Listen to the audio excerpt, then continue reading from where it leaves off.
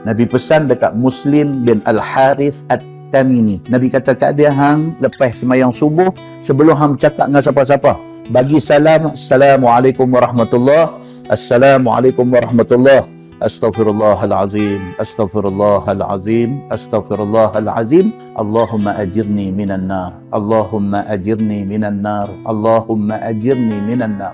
Minta, ya Allah, bagi aku jauh daripada api neraka. 7 kali sebut. Kata Nabi SAW, fa innaka in mitta min yaumika dhalik kataballahu azza wa jalla laka jiwaran minan nar. Ditakdirkan lepas sembahyang subuh tu hang mati. Dalam hari siang tu ditakdirkan hang mati. Allah Subhanahu wa taala akan tulis hang sebagai salah seorang yang selamat daripada neraka. Satu simple punya amalan. Allahumma ajirni minan nar.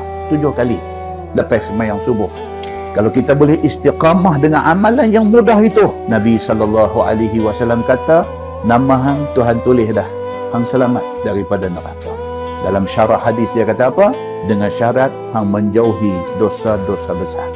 Demikianlah kata Nabi SAW selepas sembahyang maghrib, sebelum bercakap dengan siapa-siapa, lepas daripada sembahyang maghrib, sebelum bercakap dengan siapa-siapa, sebutlah di mulut itu, Allahumma inni as'alukal jannah, Allahumma ajirni minan nar.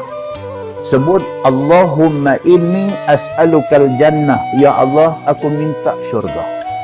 Allahumma ajirni minan nar, ya Allah, jauhkan aku daripada neraka. 7 kali sebut. Nabi SAW kata, fa innaka in mitta min lailatika tilka, kalau sekiranya hang mati sebelah malam itu, kataballahu azza wa jal, Allah sudah tulis nama hang, laka jiwaran minan nar, hang selamat daripada neraka. Muslimin dan muslimat yang dirahmati Allah sekalian, sebahagian ulama hadis mengatakan hadis itu hasan, dan sebahagian ulama mengatakan hadis itu dhaif. Sama ada dia hasan ataupun dia dhaif, dia adalah hadis.